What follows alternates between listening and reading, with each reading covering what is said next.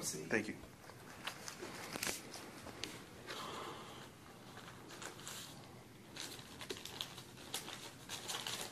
Your Honor, I'd like to thank the court, as well as I'd like to thank you for giving me the opportunity and privilege to speak on my own behalf. Your Honor, I stand before you today as an ashamed and embarrassed man. Words cannot describe how remorseful I am. My life will forever be impacted by the situation I put myself in. Every second of the day, I reflect and ask God for forgiveness. Your Honor, these are my first offenses. I am not a criminal or a thug. First offenses and hopefully the last offenses. Yes, sir. I work every day and go to school. I had the firearm for good reasons. Your Honor, I work in my dad's pizzeria in the city of Detroit. I do everything there. I cook, I manage, and also deliver. Your Honor, of the 8 years we have been open, I have been robbed at gunpoint. I have been jumped and robbed on deliveries. There were times I pulled up to an abandoned house, and then I ended up getting robbed. As you know, Your Honor, being a pizza delivery guy is a matter of life and death. That's when I bought and registered a firearm from a licensed gun store.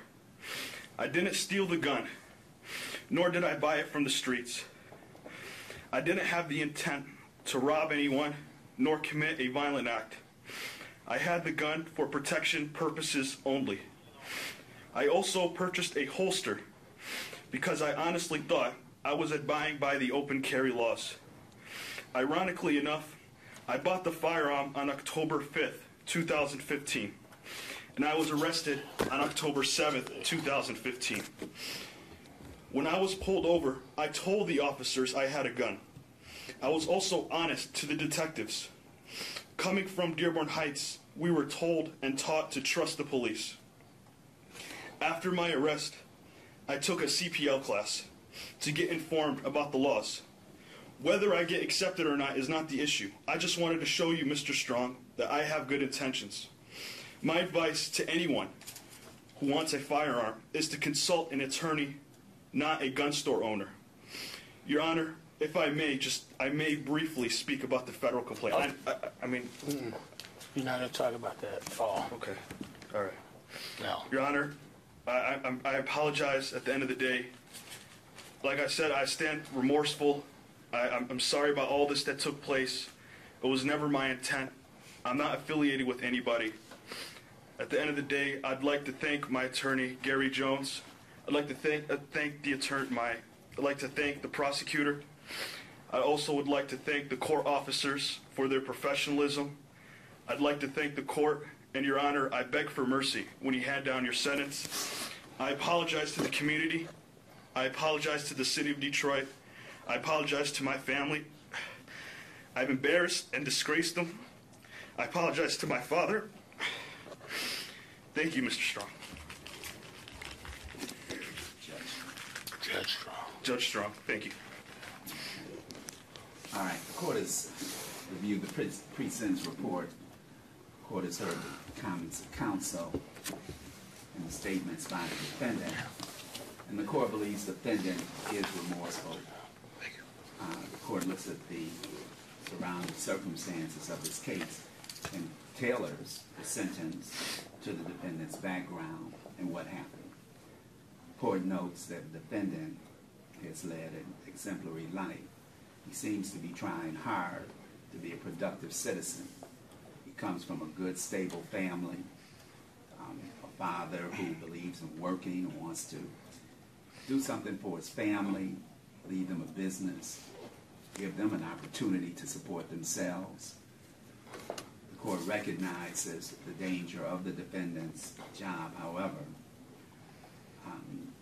normally I would just say that you can't have a gun, but it appears that the defendant was trying to do this in the right way.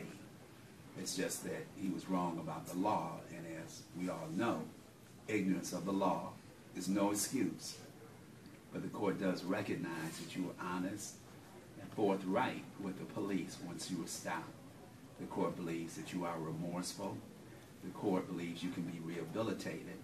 The court believes that the sentence agreement is fair and reasonable, and the court will adopt it.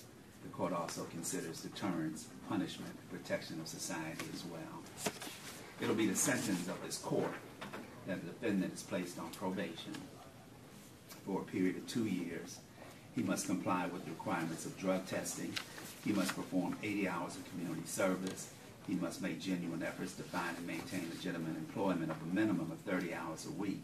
He must consent to assignment of wages until court-ordered assessments are paid in full. He must comply with DNA testing and pay a $60 fee as ordered by the court. He must pay $68 state costs, a crime victim's assessment of $130, a supervision fee of $240 at the rate of $10 a month, court costs of $1,300 of the rate is $54 per month.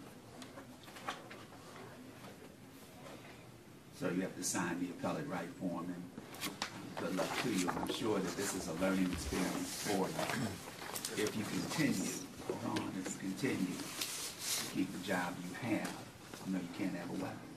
You're going to have to use common sense. And maybe common sense will dictate that you don't make deliveries anymore. I'm sure there are other things you can do in this business, but you have to use your common sense. Yes, sir. Thank you. Good luck to you. Thank you. Thank you, Your Honor. Sir. As to count 2, that will be dismissed. Thank you. Thank you. You're welcome.